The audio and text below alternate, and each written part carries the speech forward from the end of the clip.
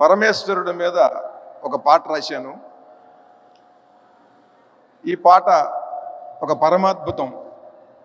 ఒక 10,000 సినిమా పాటల్లో ఇలాంటి పాట ఒకటి ఉంటుంది.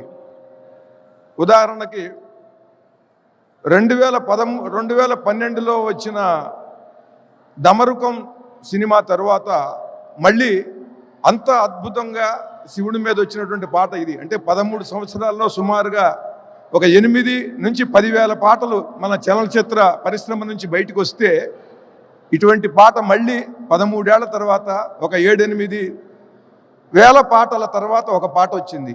అంత అద్భుతమైనటువంటి పాట, 100 సంవత్సరాలు ఉండిపోయేటువంటి పాట ఇది.